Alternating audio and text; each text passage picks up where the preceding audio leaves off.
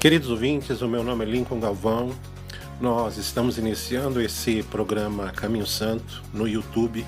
Nós temos muitas pregações ao longo de 12 anos e eu quero disponibilizar essas palavras para você, para que você divulgue, para que você escute, para que você seja edificado. E o intuito é divulgar a palavra de Deus. Que Deus te abençoe, que essas palavras possam edificar a sua vida. Um grande abraço. Queridos ouvintes, eu quero meditar com vocês a história de Davi, a consequência que teve a sua atitude quando ele cobiçou a mulher de Urias. E diz a palavra de Deus que ele manda matar Urias, se casa com Betseba e aí ele tem um filho. Todo pecado, saiba, tem uma consequência. Porque Deus é justo e a palavra de Deus diz lá em Apocalipse 22: eis que venho sem demora e comigo trago a recompensa que tenho para dar cada um segundo as atitudes das suas mãos. Quando nós pecamos, saiba, nós plantamos um mal que iremos colher no futuro. A não ser que você se arrependa, que você clame o sangue do Senhor Jesus Cristo, esse mal vai bater na sua porta. Diz a palavra de Deus que o profeta Natan veio a Davi, o confrontou, mas ele não se arrependeu dos seus pecados. E aí a palavra de Deus diz, segundo Samuel capítulo 12, no verso 15, diz assim: e Deus feriu a criança que a mulher de Urias dera à luz a Davi, e a criança adoeceu gravemente.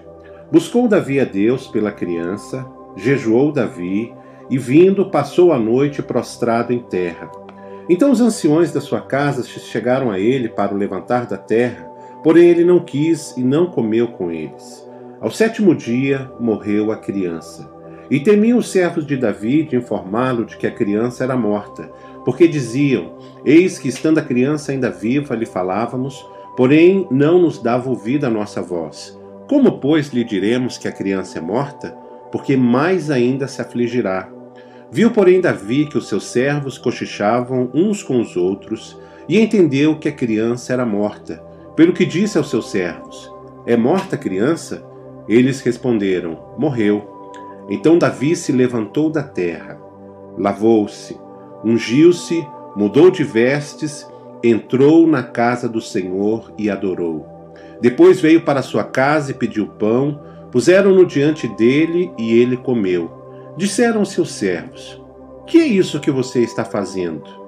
Quando a criança ainda vivia, você jejuou, você chorou, porém depois que ela morreu, você se levanta e come pão? Respondeu ele: vivendo ainda a criança, jejuei, chorei, porque dizia: quem sabe se o Senhor se compadecerá de mim e continuará viva a criança?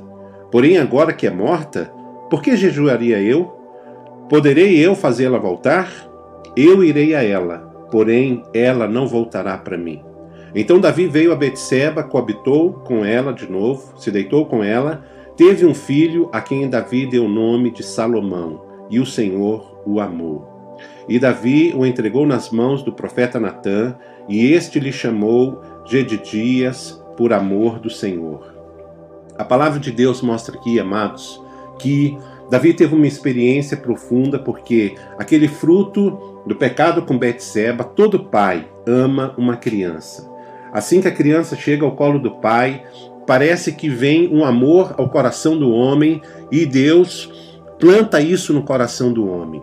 Agora Davi, ele não adorou essa criança, ele não colocou essa criança como algo sublime na vida dele, como algo principal na vida dele. O grande problema que muitos irmãos passam e sofrem quando tem uma perda chamada depressão é porque o amor que colocou ou num filho, ou num casamento, ou no emprego, ou em alguns bens, vem de uma forma tão grande que você colocou o seu coração naquilo. E a Bíblia diz: onde está o teu tesouro, aí estará o teu coração. E todas as vezes que você coloca o seu coração, o seu tesouro em primeiro lugar do que for o Senhor, você corre o risco de perder. E aí, a palavra de Deus diz aqui que Davi, ele teve uma postura que os próprios servos dele ficaram impressionados.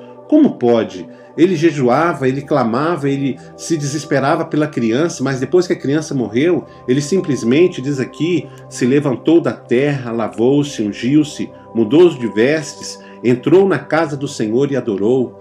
Quando você tem uma postura de dependência de Deus, quando você coloca em Deus, falando, Deus é o Senhor, Ele sabe todas as coisas, você vai na casa do Senhor e adora e agradece a Deus por toda e qualquer situação, saiba, Deus, ele reverte a maldição em bênção. Porque diz a palavra de Deus que Deus em seguida dá um outro filho a Davi. Ele coloca esse filho para ser educado com o profeta Natã, o mesmo profeta que o repreendeu do pecado que ele tinha feito com Betseba. E aí diz que esse homem, Salomão, foi um grande rei em Israel, um homem que edificou a casa do Senhor, o templo do Senhor, foi uma bênção nas mãos de Deus. Por quê? Porque Davi teve uma postura. Se você perdeu alguma coisa, se você teve a situação na sua vida, vá para a casa do Senhor e o adore.